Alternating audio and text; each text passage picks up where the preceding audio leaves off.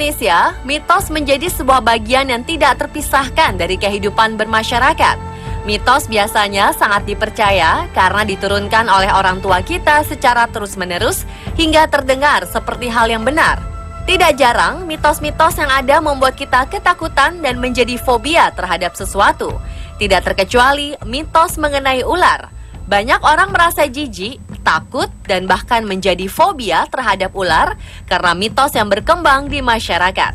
Padahal pada kenyataannya, beberapa mitos tentang ular adalah salah. Berikut adalah 7 fakta tentang ular di Indonesia, versi on the spot.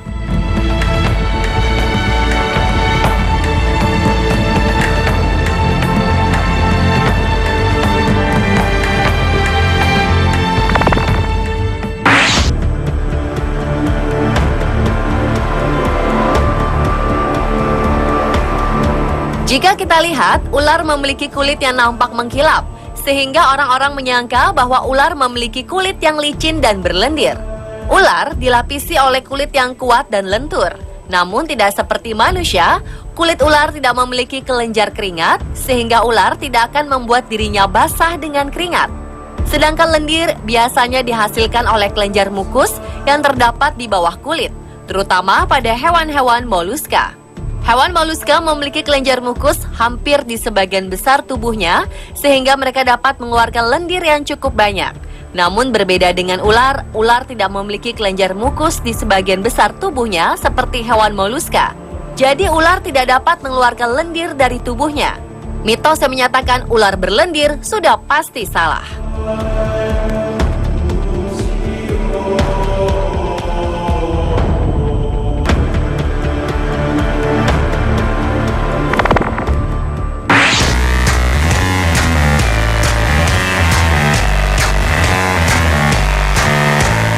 Mitos mengenai ular takut garam adalah salah satu mitos tentang ular yang paling terkenal.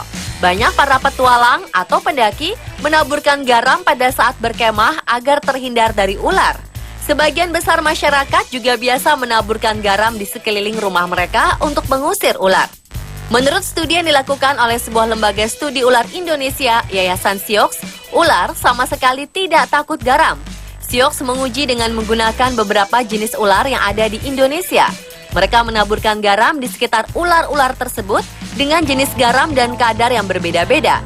Hasilnya, setelah beberapa saat, ular-ular ini justru berlari melewati garam yang ditaburi tadi, tanpa kesulitan sedikit pun. Hal ini membuktikan bahwa garam sama sekali tidak efektif untuk mengusir ular.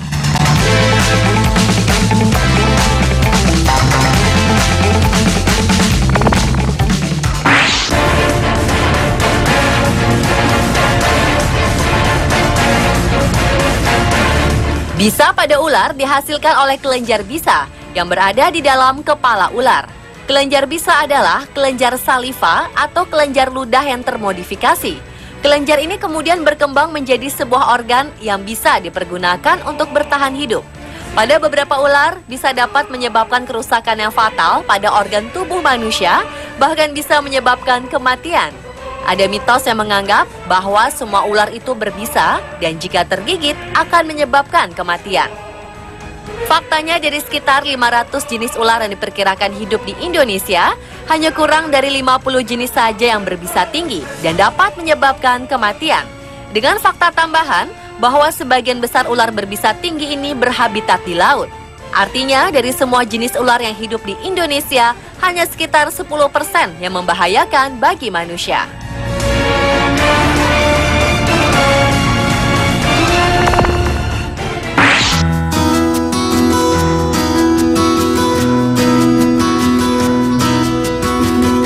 Sarang adalah tempat tinggal yang dibuat dan digunakan sebagai tempat hidup binatang sekaligus merawat anak-anak mereka.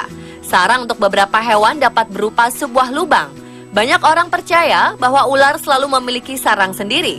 Benarkah demikian? Faktanya, kebanyakan ular hidup nomaden alias tidak menetap di suatu tempat. Jika kita melihat ular di sebuah lubang, biasanya itu karena si ular tersebut memangsa hewan yang tinggal di lubang tersebut seperti tikus. Ular juga termasuk hewan yang oportunis, di mana mereka akan berada di suatu tempat dalam waktu yang lama. Selama di tempat itu terdapat mangsa mereka. Kemudian mereka akan kembali menjelajah untuk mencari mangsa mereka. Selain itu, ular adalah makhluk yang soliter. Artinya, mereka hidup secara sendiri dan mandiri sesaat setelah mereka lahir ke dunia. Sehingga mitos bahwa ular tinggal di sebuah sarang tertentu adalah tidak tepat.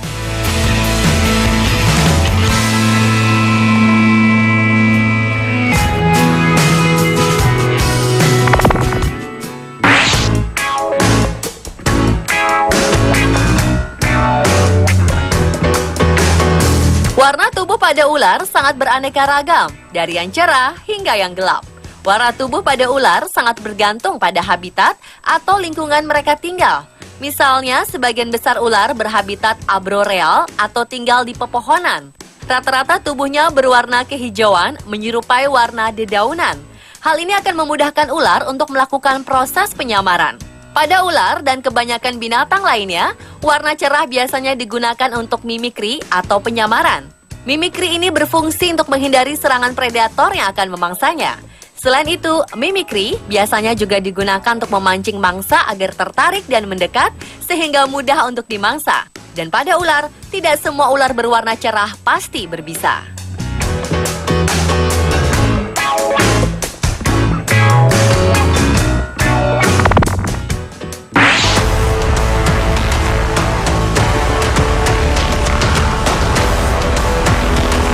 Bambu kuning yang dalam bahasa Latin disebut Bambusa vulgaris merupakan salah satu tanaman dari kelompok bambu-bambuan yang banyak hidup di wilayah tropis. Bambu jenis ini memiliki ciri batang yang beruas-ruas, tinggi, dan berwarna kuning. Di Indonesia, bambu jenis ini banyak hidup di desa-desa, pinggiran sungai, atau sebagai tanaman hias di perkotaan. Selain itu, beredar mitos jika bambu kuning juga dipercaya dapat membuat ular lemas dan dapat mengusir ular seketika. Apakah anggapan ini benar? Sebagian hewan melata yang tidak berkaki, ular memiliki daya jelajah yang tinggi, sehingga ular cukup banyak ditemukan di berbagai tempat. Beberapa ular seperti kobra Jawa atau dalam bahasa ilmiah disebut Najas putatrix seringkali terlihat berada di sekitar pohon bambu kuning. Hal ini membuktikan bahwa ular sama sekali tidak takut dengan bambu kuning. Jadi, masih percayakah bambu kuning ditakuti oleh ular?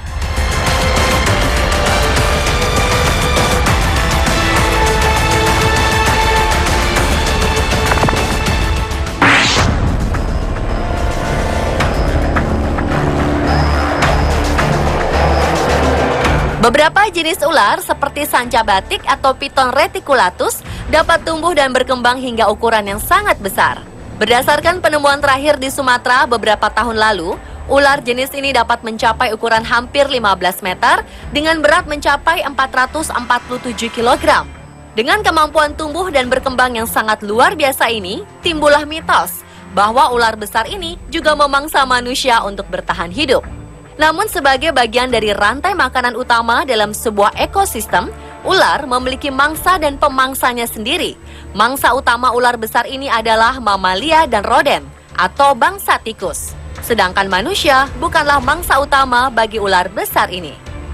Sebagai hewan liar, ular memang dapat menyebabkan kepanikan berlebihan, sehingga pengetahuan tentang ular tentu akan sangat membantu Anda. Dengan begitu, Anda dapat mengetahui bagaimana cara menghadapi ular dengan benar dan aman. Semoga segmen mengenai 7 fakta tentang ular di Indonesia dapat menambah wawasan Anda tentang ular Indonesia dan ular di dunia pada umumnya.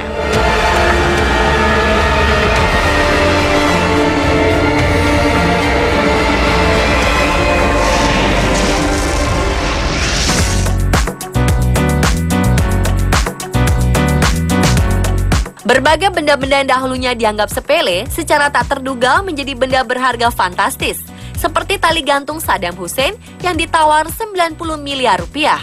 Saksikan informasi selengkapnya setelah jeda berikut.